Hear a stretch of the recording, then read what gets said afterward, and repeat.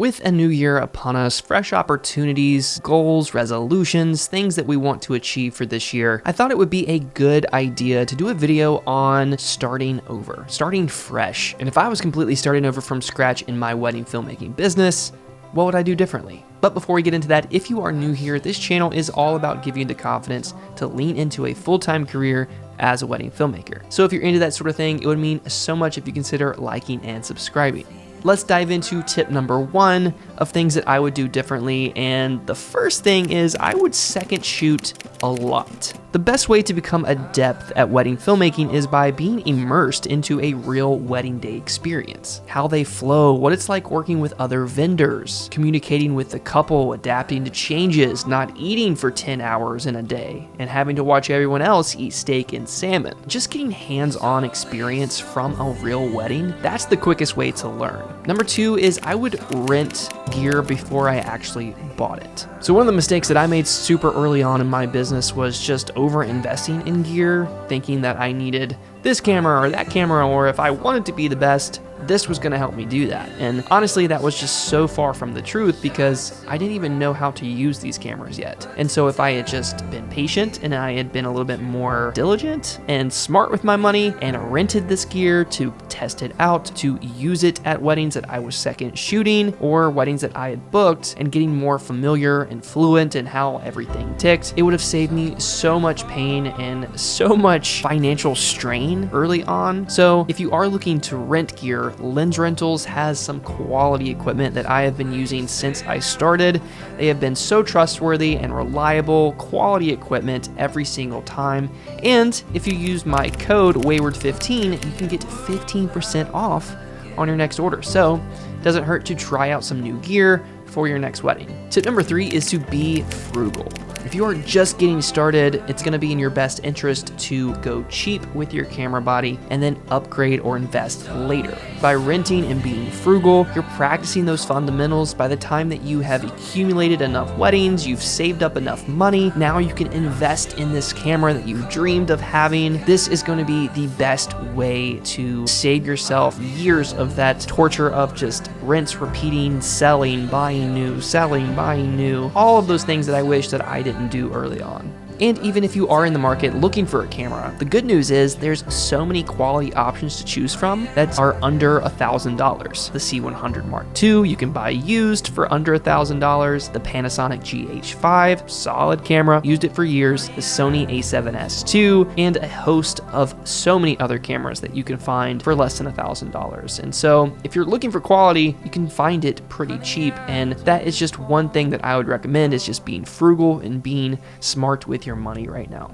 Tip number 4 is to buy a course. Right now in the off season, it's the perfect time to just invest in education. Take this time to spend watching other filmmakers and how they've navigated their wedding film business, their careers, so that you can just build your arsenal and you can go into the wedding day with a fresh, creative perspective, and it can just help you refine the skills that you already know. While it is true, the best way to learn is by doing, a course can provide practical wisdom and proper structure so that you can set your business up for success early on. I personally have invested in a ton of courses, usually around this time of year. I'm kind of a course hoarder, if I'm being honest, but they are just really invaluable tools that can help you grow and elevate your business, elevate your knowledge of filmmaking, and find your identity within your brand. Tip number 5 is choosing the right video editing software. Now, there are a ton of different ones to choose from. When I first started, there really was only 2.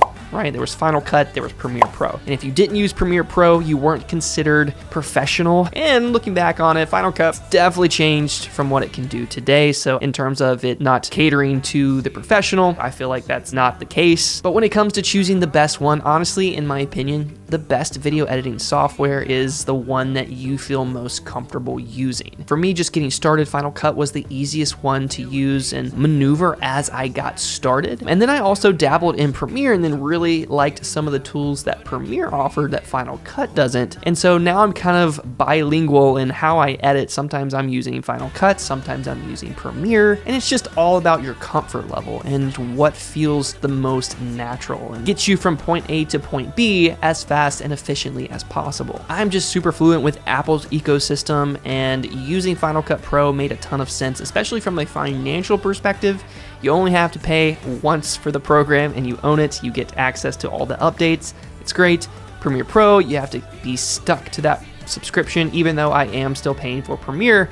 But if you're just getting started looking for something, what's going to be the best fit right now, in my opinion, I think using Final Cut Pro with the one-time fee is great, or even going the route of DaVinci's free platform. Again, there's so many to use. It doesn't matter which one you choose. Find a platform that is going to help you tell really great stories without feeling frustrated over program crashes. Final Cut or DaVinci are my top two that I would recommend. And I'm looking rather emo right now. Where are you?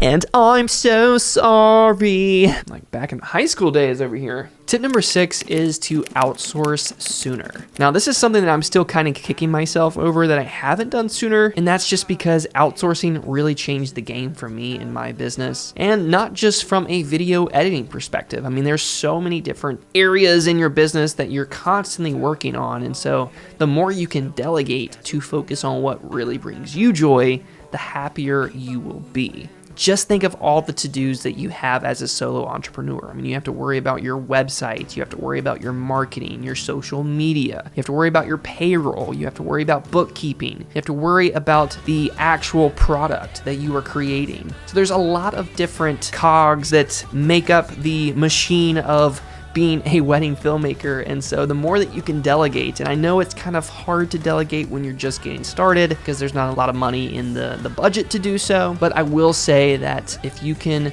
budget appropriately with the money that you make from weddings and use that to pay an editor, pay a copywriter, a web designer, whatever it is, I promise you, just focus on your strengths. If you focus on what you are good at and what brings you joy, you're going to be a lot happier. You're going to be less prone to burnout. And that's something that I just had to learn the hard way. I thought that I could just take on the world. I still kind of have that mentality sometimes. I got to get past it. But it's something that really helps you early on by delegating and saying, hey, this is what I'm good at, this is what I'll focus on, but this is what I'm not good at, so this is what I need help on. And don't be afraid to ask for help.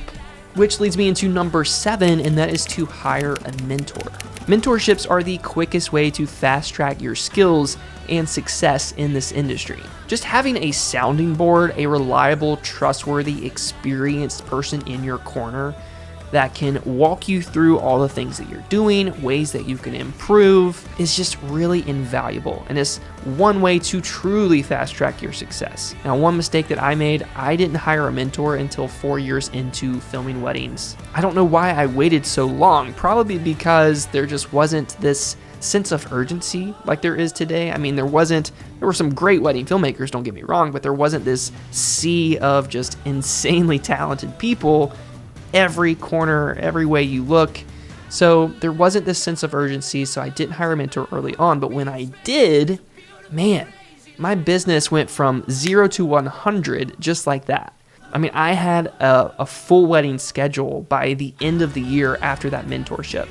I had 42 weddings on the books, going from like 8 to 10 weddings a year to 42 weddings a year. And honestly, hindsight, that was way too many, but 42 weddings, I'm like, heck yeah, I'm doing the thing. I'm successful. I'm like making money. So hire a mentor and just get that guidance and get that structure early on, because that will really change the game for you if you are just getting started. And if you're not, mentorships are great. If you're interested in booking a mentorship with me, you can find a link below. I'd love to connect with you guys. Number 8 is audio is so important. I've made a lot of mistakes in my business, and one critical mistake that I made was regarding audio. It's kind of one of those things where audio just was so foreign to me that I just wanted to focus on filming, that I wasn't thinking about, oh, well, audio is a part of the film that you're making. It's kind of like the jelly to the peanut butter, you know, it goes hand in hand. If you don't have good audio, you're not going to have a good film.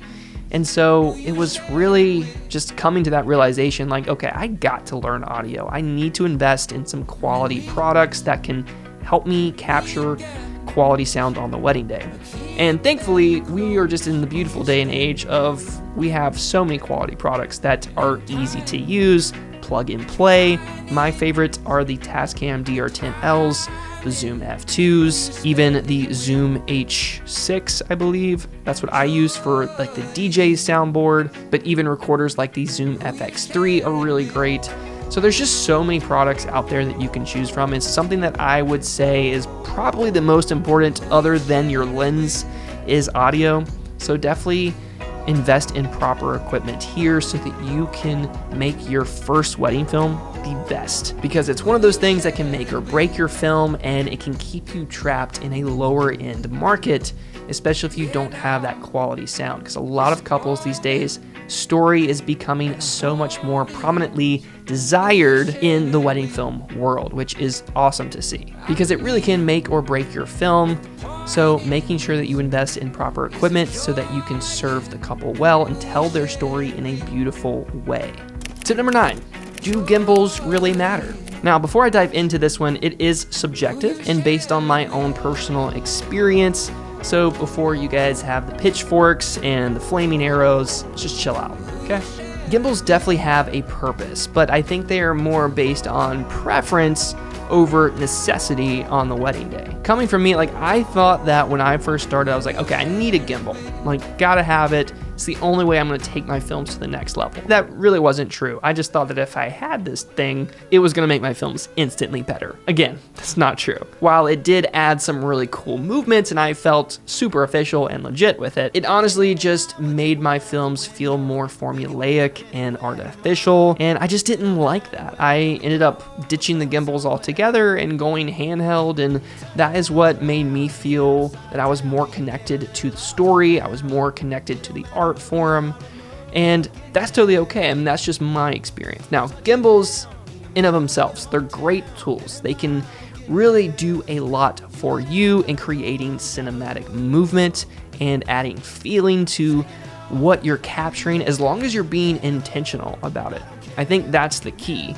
I think if you're just going through the motions on the wedding day and you're capturing everything with a gimbal, you're not really thinking about it, there's no intentionality behind what you're capturing, that's where gimbals can kind of be a little bit more seen as a crutch, in my opinion. And I'll be honest, I mean, I went through my fair share of gimbals. I went from the Movi M5 to the Zhiyun Crane to the DJI, the Ronin. I mean, I've used so many gimbals at this point, and they're great tools, they're awesome, they're fun, they're a lot of fun, but I don't think they are a necessity when it comes to wedding filmmaking. And I'm not here to discourage you from going out and buying a gimbal if that's what you want to use on a wedding day. Obviously, do what you want to do. Don't listen to people like me. I'm just telling you my experience on where I found gimbals to be more of a crutch than a necessity. I think if you focus on really perfecting your framing, your composition, and really focusing on being intentional with your camera movement, this is gonna help you more so when you do add that gimbal into your workflow. And the last tip is to impress your couple, not other filmmakers. And I love this last tip because it's something that really took me so long to understand, which is weird because it feels like this should be common knowledge. It should be just common sense when you look at wedding filmmaking. I just wanted to impress other filmmakers. I wanted to feel valued. I wanted to kind of have my stamp on this industry, like, oh yeah, this guy, he's got credibility, he's got the street cred, he's put in the hours, he's done the thing. And honestly, that's just the wrong mindset to have. It's not about you, it's about the couple. And if you focus on yourself over others, it's just gonna lead to burnout, it's gonna lead to depression, and that's honestly where I was for so long. And I'm so glad that I have just shifted that mindset to really focus on serving the couple first, myself second, and then everyone else last. That has just made me so much happier. I don't really worry so much anymore. When I'm at a wedding, I don't have too much anxiety because I'm not really focused on the wrong things. I'm focused on the right things. And like, I still get anxious and, I want to do well, but that's because I care about the couple and I care about their day.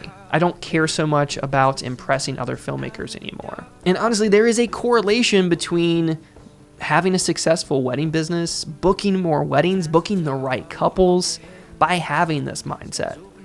Because when I had the wrong mindset, I was just booking weddings that in no way, shape, or form were me. They didn't feel like me. I was just so unhappy navigating the wedding day.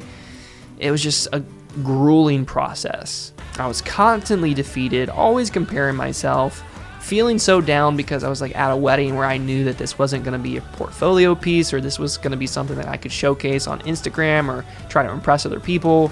I hated it. But when I shifted my mindset, I started booking more couples that really resonated with my values and that just I connected with more. And honestly, there is a correlation between serving yourself first and your couple second, because what ends up happening is there's a huge disconnect between you and the couple. They start looking at the film that you're making and feeling like, oh, this isn't us. And then you end up having to do so many revisions.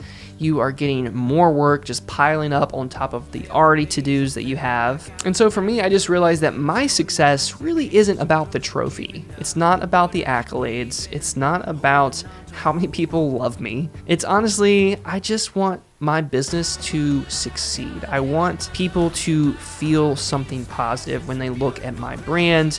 I want people to come to me knowing that I care, and shifting that mindset really just changed the game for me. And it's something that I just will always preach to you guys. If you're just getting started, just don't let ego really cloud your judgment, and really take this time to do a lot of self-reflection into why you're filming weddings and make sure that it is for the right reasons. Because if it is, and that is because you really care about serving other people and providing something of true value to someone that's going to be a huge impact in their lives, then I promise you're going to see a lot of success in this industry, and you're going to have a lot of longevity in this industry. But on the flip side, if you take too long to figure out why you're doing it, that could lead to the land of burnout and just really feeling defeated constantly. And take it from me, I've been there. I've gone through the ebbs and flows. And so I just want you guys to really start your career, your wedding season, this 2024 wedding season, off on the right foot. And so I hope this video has helped you in some way. I hope it's provided value and given you some things to reflect on for the wedding season to come. So if you enjoyed this video, thank you so much for watching and tuning in. So drop a comment below and let me know what you would do differently in your business if you could do it all over again. If you could just go back day one of being a wedding filmmaker, what would you do? Drop them below. And until next time, keep creating and telling beautiful stories. Peace.